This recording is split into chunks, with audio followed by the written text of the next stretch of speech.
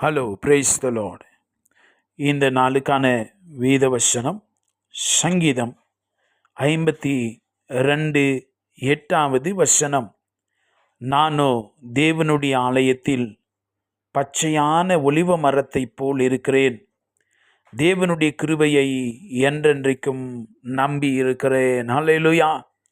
இந்த சங்கீதக்காரன் தாவீது இந்த சங்கீத பின்னணியை பார்க்கிற பொழுது the background is not that much pleasing.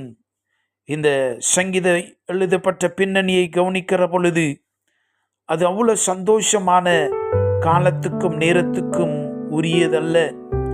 ஆனால் அந்த குறைவான சமயங்கள், தாழ்ந்த நேரங்கள், வருத்தங்கள் நிறைந்தவைகள், சவால்கள் நிறைந்தவர்கள், உலகம் மேற்கொண்டு விடுமோ என்று சொல்லி பயந்த நாட்களிலே அவன் சொல்லுகிறான், என்ன எப்படி நடந்தாலும், என்ன மோசமான நிலைமையாயிருந்தாலும், எத்தனை சவால்கள் வந்தாலும், யார் என்னை ஏமாற்றினாலும், கைவிடப்பட்டாலும், I am a blessing.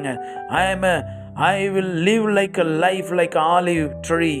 அவன் அதான் சொல்றான், நான் என்னுடைய வாழ்க்கை ஒரு ஒலிவ மரத்தை போல இருக்கும் என்று சொல்லுகிறான். ஒலிவ மரம் ஆசீர்வாதத்தை குறிக்கிறது. அது it will grow steady and it will be for long time. அந்த ஒலிவ மரம் எதை சொல்லுகிறது? அதுக்குள்ள நிறைந்த நற்பண்புகள், அந்த மரத்தினுடைய பலன்கள் உண்டென்று சொல்லுகிறதை நாம் பார்க்கிறோம். இன்றைக்கு இஸ்ரவேல் தேசத்திலே நீங்கள் காணக்கூடும்.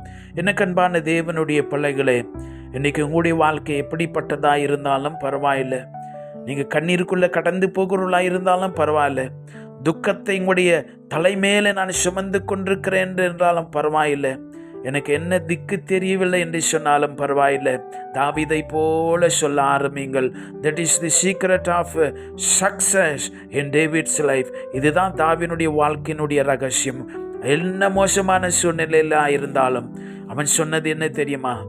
நான் அந்த ஒலிவ மரத்தை போல என் வாழ்க்கை இருக்கும், என் ஜீவியம் இருக்கும், நான் அப்படி வாழ்வேன்.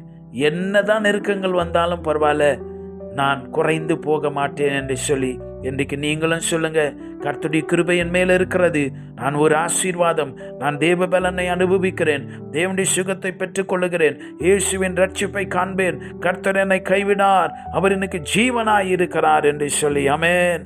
சங்கீதம் 92:13 நாம் இவ்விதமாய் வாசிக்கிறோம், கர்த்தருடைய ஆலயத்திலே நாட்டப்பட்டவர்கள் எங்கள் தேவனுடைய பிரகாரங்களிலே செழித்திருப்பார்கள். We are the people move and carry the glory of God.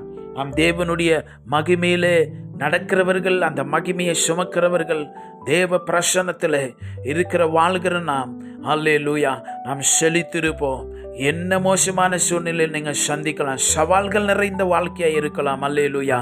நீங்கள் ஆராதிக்கிறவர் மகிமையின் தேவன் கர்த்தர், அவர் மாறாதவர், அவர் பராக்கிரமம் செய்கிறவர், அவர் உயிரோடு இருக்கிறார், உங்களை செழித்து வாழ செய்வார்.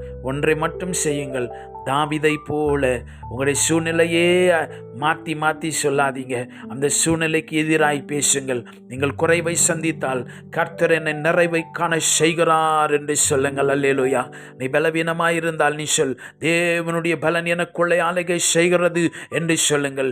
நீ துக்கமாயிருந்தாய் சொல்லுங்கள், சந்தோஷத்தினால் கர்த்தர் என்னை நிரப்புகிறார் என்று சொல்லுங்கள். நீங்கள் ஒரு பெரிய ஆசீர்வாதமாய் இருக்கிறீர்கள். அந்த ஆசீர்வாதத்தை அனுபவியுங்கள். அந்த ஆசீர்வாதத்தின் தேவனை மகிமைப்படுத்தி வாழுங்கள். ஆமென். பரலோகத்தின் பிதாவே, உம்முடைய மகிமையான இரக்கங்களுக்காய் ஸ்தோத்திரம்.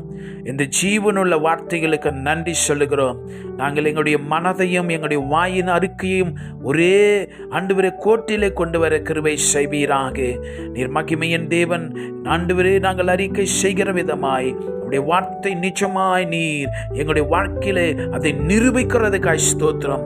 உடைய பாதப்படியில் எங்களுடைய ஆவி, ஆத்ம, சரீரத்தை தாழ்த்துக்கிறோம். புது பலனும் நம்பிக்கையும் ஜீவனும் இந்த நாளில் எங்களை நிரப்புகிறதுக்காய் ஸ்தோத்திரம். உமக்கு மகிமை உண்டாகட்டும். இயேசுவின் நாமத்தில் ஜெபிக்கிறோம் பிதாவே. ஆமென். God bless you.